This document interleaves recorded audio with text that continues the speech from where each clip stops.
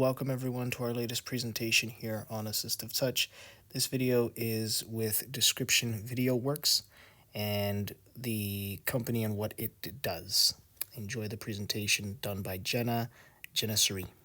Yeah, thank you for that wonderful introduction. My name's Jenna. I work for, as Aaron said, Descriptive Video Works, which is under Keyword Studios. The studio is based in Vancouver, but I'm located in Southern California. So just a heads up, for most of this talk, I'm not going to be showing any presentation resources on screen. I do have a few videos that I'll be sharing, but I will let you know when I'm showing those, and all of those are going to be audio described. So I'm going to cover both basic and in-depth information about audio description, some of which you might already know quite well, but we do have time set aside for questions at the end. So maybe wait a little bit and see if I answer your question during the course of my talk, because I'm going to start kind of basic and then go a little more in-depth. So a little bit about me. I have my camera on right now if anyone has a little bit of vision left, but I'm a white woman in my 30s with curly green hair and a side shave. I'm a producer, meaning I do a little bit of everything at Descriptive Video Works, but I do specialize in live events and video games, which I will talk about a little bit. I'm also sighted.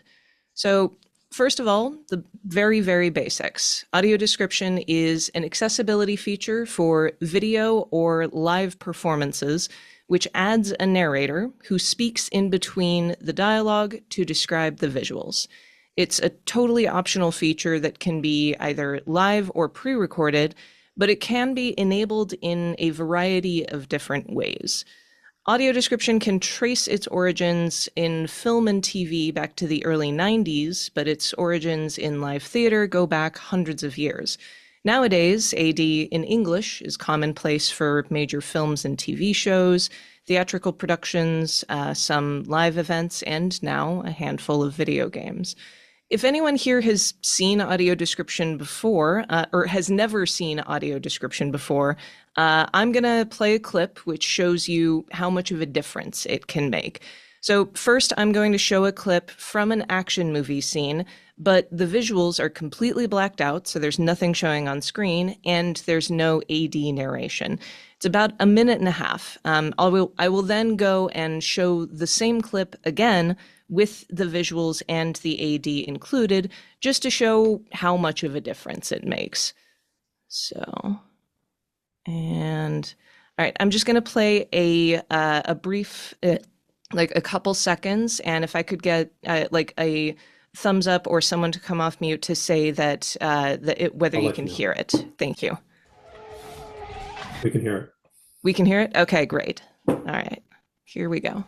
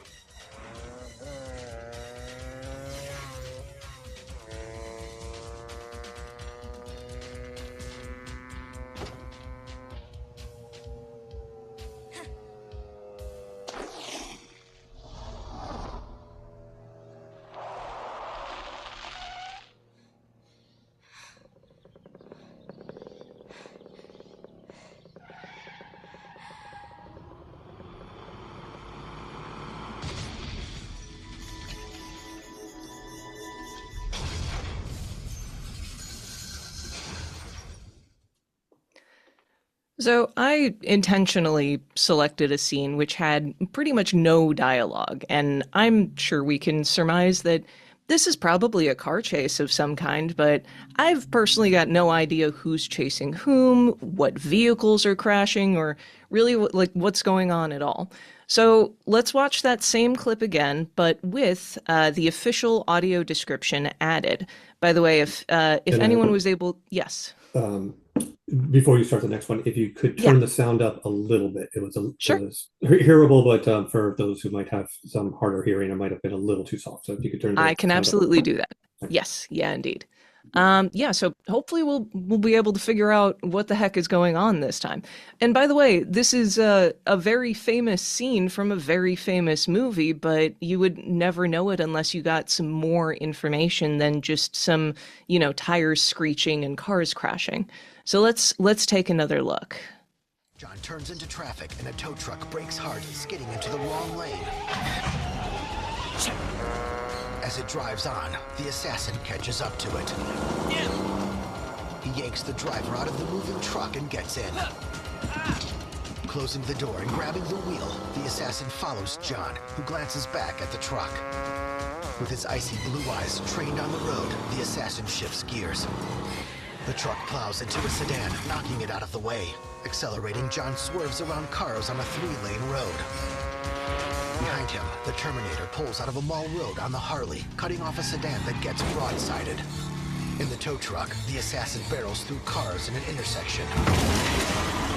John twists the throttle on his bike as he races ahead of a truck and makes a turn, then speeds along the canal. He bounces on his seat as he heads down a long ramp. In the drainage canal, he glances back as he approaches a bridge. Water sprays as he crosses a puddle and heads under the bridge. His tires lock as he skids to a stop. Putting a foot down, he catches his breath and looks over his shoulder at an overturned grocery cart and shadows under the bridge. John gapes as the tow truck drives through a wall and off the bridge, landing in the canal and plowing the grocery cart his way.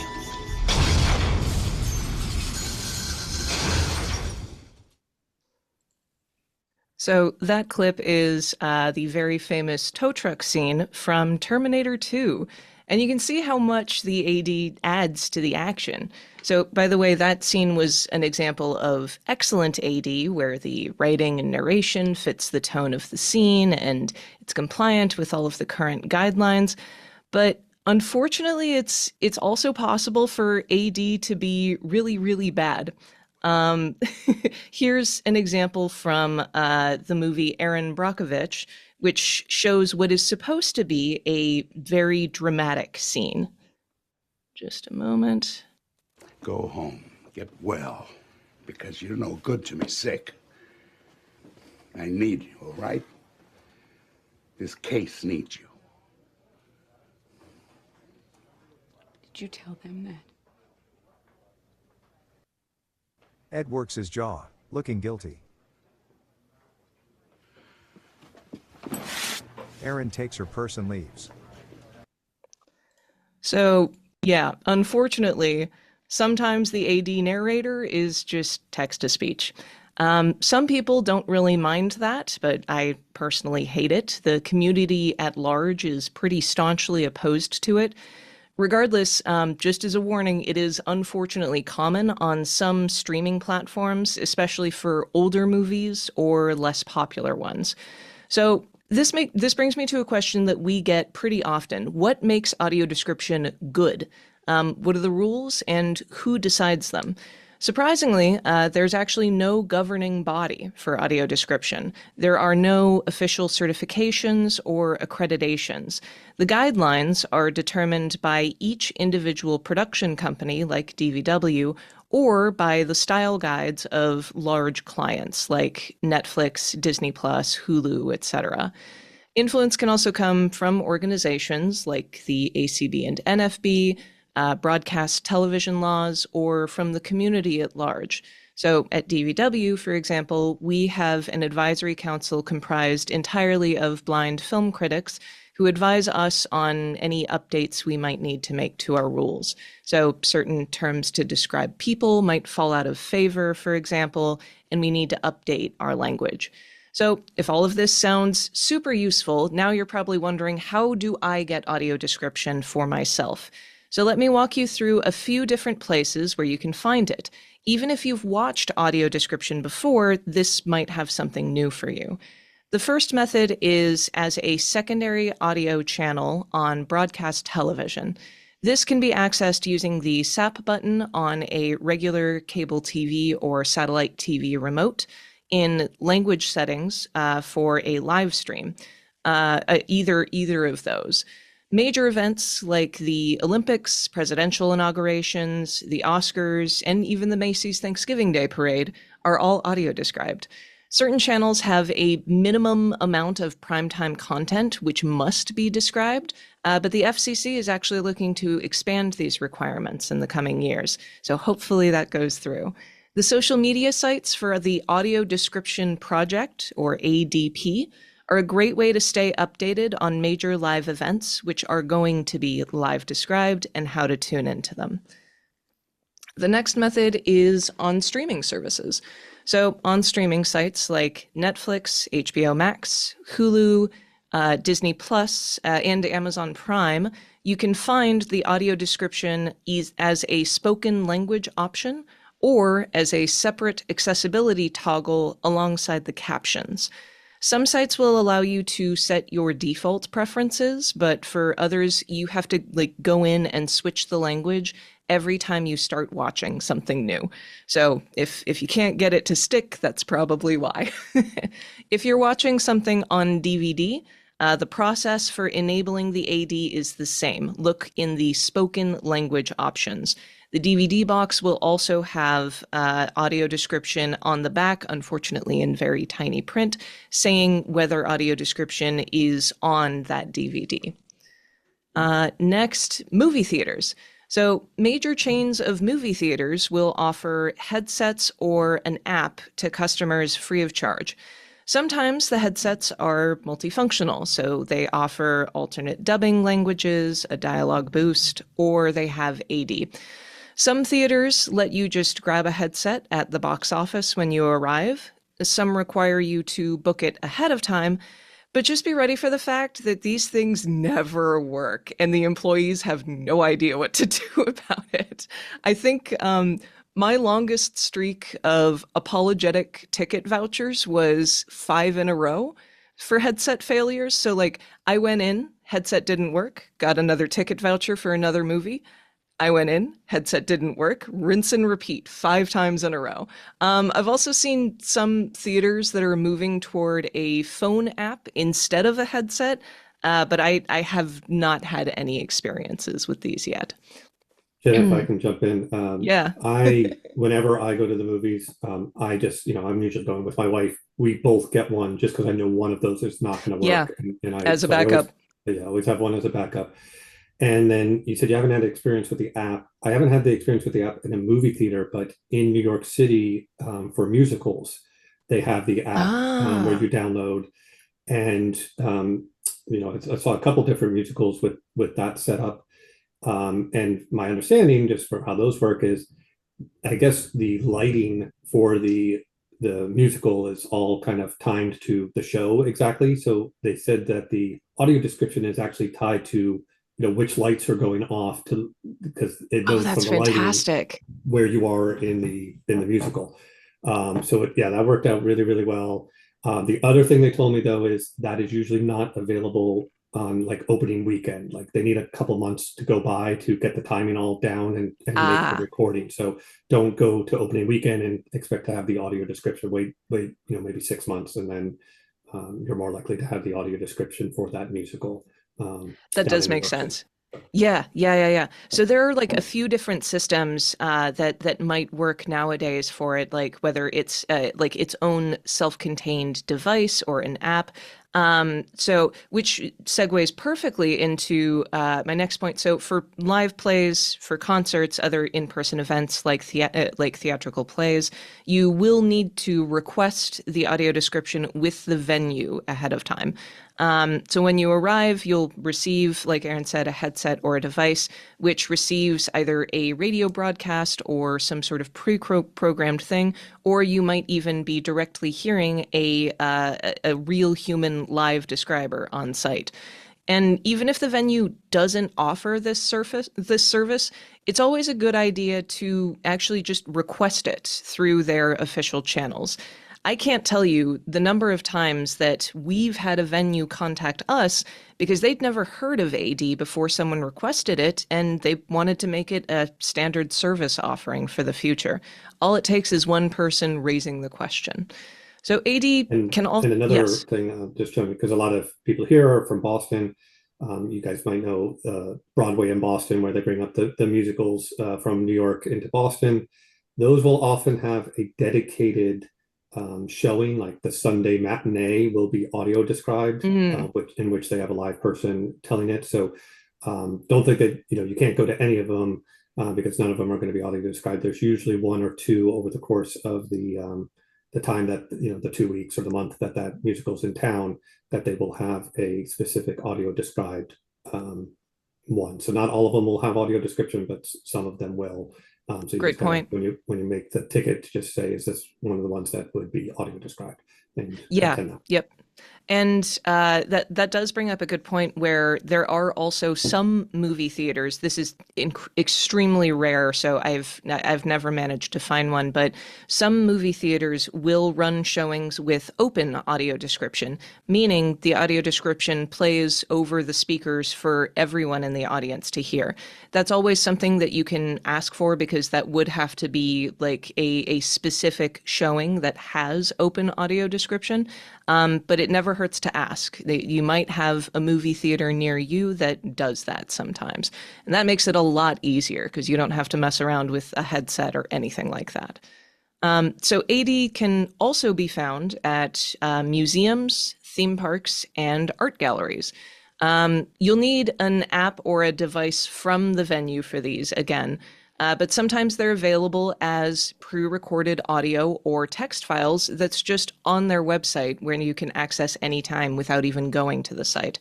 Many of our US national parks, for example, have descriptions of their major landmarks, maps, and park info all freely available to view on their websites without visiting the park in person. And the final thing that can have audio description is video games. So several video games will have an accessibility settings menu to enable a variety of optional sound effects, haptics, and AD narration. So far, there are only 13 total games which have audio description, but the list of games with fully blind accessible gameplay is constantly expanding. Games which do include audio description will normally describe specific narrative portions of the game, called cutscenes, and they will not describe all aspects, all aspects of the game holistically when the player is in control. So let me show you an example of what that actually looks like. I'll be showing you a clip of an action scene from the game Spider-Man 2, which takes place in a theme park. You'll notice the AD narration describing the action during portions where the player is not expected to do anything.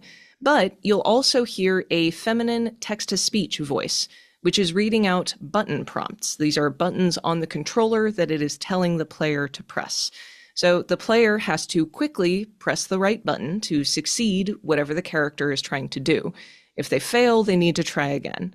So the TTS is reading out the visual prompt, which appears on screen, and the human voice is reading out the actual audio description of like what is happening. So let me share again. And here we go. A hunter vehicle careens toward them. It narrowly misses them and collides with a swing tower ride. Don't fall, don't fall. Oh no. I'm sorry, Lonnie. I really do want to help you. Peter scales the tower as it smashes through the track for the Speed Demon roller coaster. Cars full of people pull toward the gap. Triangle button.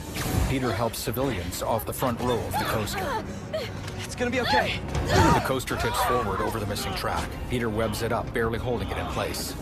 Hold. Left stick down left. Hold. Right stick down left. Peter attaches a web from the front of the coaster to the intact track, immobilizing it. He then leaps toward a second coaster. He lands on the coaster. Don't worry, I've got you. Peter catches a crossbow bolt. Circle button. He dodges shots from hunters. Peter flips toward them. L1. He redirects a rocket onto the hunters, then lands on the coaster. It barrels toward the first one. So yeah, it's pretty impressive to kind of see. I know that was like a lot of rapid fire stuff happening very, very quickly, but you can see how impressive it is that all of that kind of flows together so well. not And then every video. Yeah, if I go could ahead. jump in there too, for again, as she said, the woman's voice, that was the text to speech. When Yes. she's saying circle and triangle and L1, these are all labeled buttons on a controller of a PlayStation controller.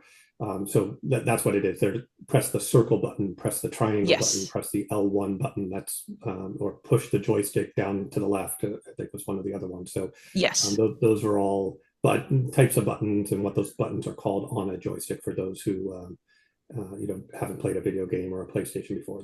That just wanted to make sure Correct. that was clear. Yeah. So that's what the TTS voice was telling the player to do, and then the masculine human narrator was describing what was happening once you succeeded. So not every game is like that, but that's a great example of a described sequence where it's sort of interspersing your actions and then the something happens in the game. So now let's go over a little bit of the process of creating audio description and some of its limitations. So when creating pre-recorded AD, like for film or video games, the process has multiple steps: writing, QC, narration, and mixing. So first, a writer will use a specialized script writing software to write the lines of narration that are timed to the source media, so timed to the film or TV show. They'll use a few different tools to estimate how long a line will take to say, but timing is the primary constraint when writing these scripts. You have to be able to fit your lines within the timing of the video. So sometimes they have to summarize longer descriptions or sacrifice little portions of it or reprioritize something else because we can't talk over the dialogue. Writing the script is by far the most time-consuming step of AD creation. But after the script is completed, a quality control QC review is performed, preferably by a blind reviewer. They will check the script for accuracy, timing, any rule violations, and they'll even check for tongue twisters that would be difficult for a narrator to read. After their revisions are made, the script and video are sent to a recordist who will guide the narrator through the recording. Narrators have to read hundreds of script lines per hour, and it's a pretty challenging exercise. They have to meet our quality guidelines for tone, pronunciation, how fast they're reading, and accuracy. It can be really difficult, for example, to learn and remember the pronunciation of an obscure alien race in Star Wars. The recording session might be the first place they've ever heard certain words, but they have to keep it all straight in their head while they're narrating. For our blind narrators, it might be an additional layer of challenge if those unique words behave strangely with screen readers or with their braille displays.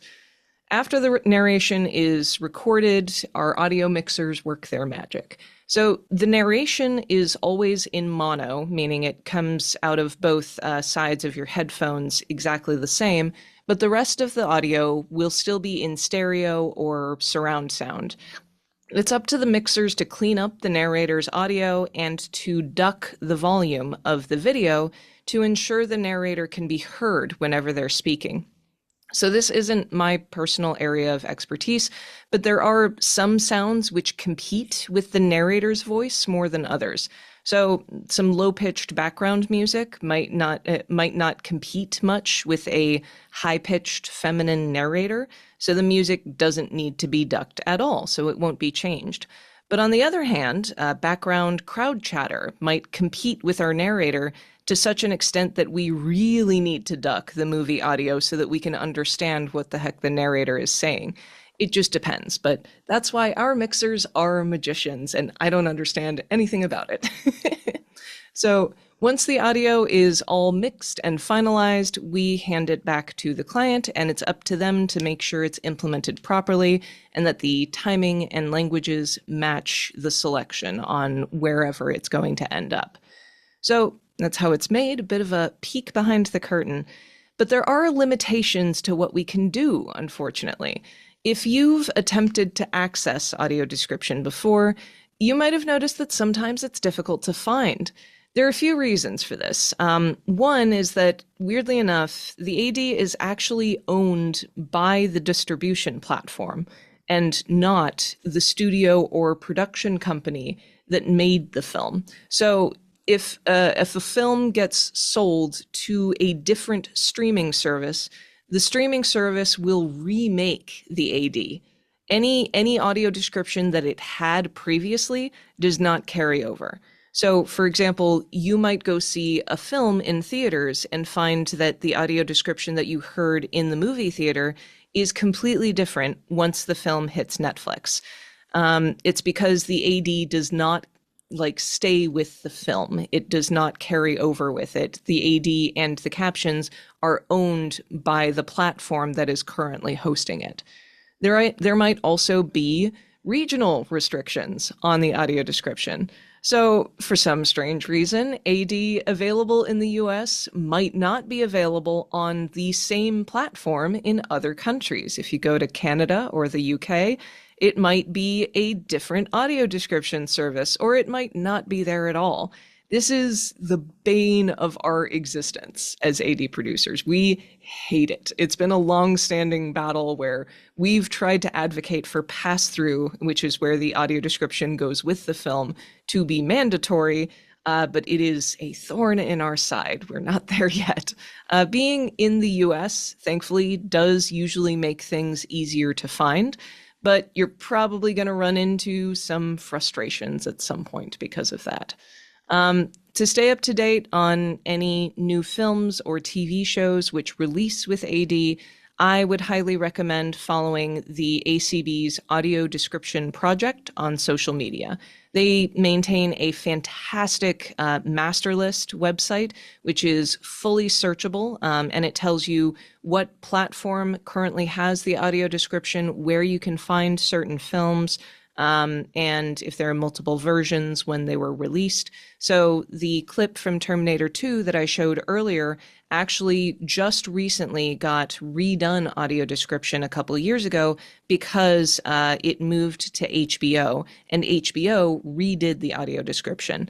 Previously, the audio description for Terminator 2 had been done in the early 2000s, and it wasn't really that good, unfortunately. So that is one upside to pass through not being mandatory, is that if an older film, which didn't have audio description at all, or which has bad audio description, moves to a different platform, then the audio description can be redone and refreshed a little bit.